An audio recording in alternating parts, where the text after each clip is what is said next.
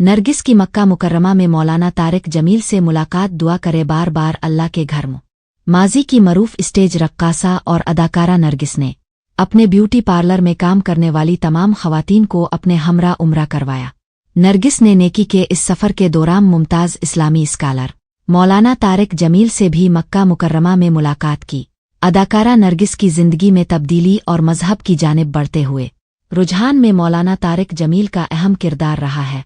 Instagram पर नरगिस ने मौलाना तारिक जमील से होने वाली मुलाकात की वीडियो अपलोड की है, जिसमें वो बुर्का पहने हुए हैं और बिल्कुल एक अलग शख्सियत नजर अलिफ रही हैं।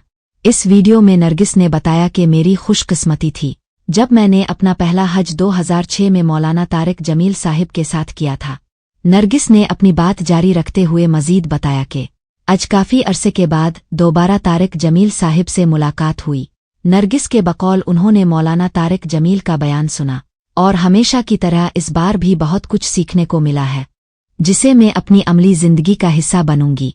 इस मौका पर अदाकारा नरगिस ने मौलाना तारिक जमील का शुक्रिया अदा करते हुए कहा कि आपने मेरे सर पर शफ़क़त भरा हाथ रखा और मजहब से रोशनास कराया।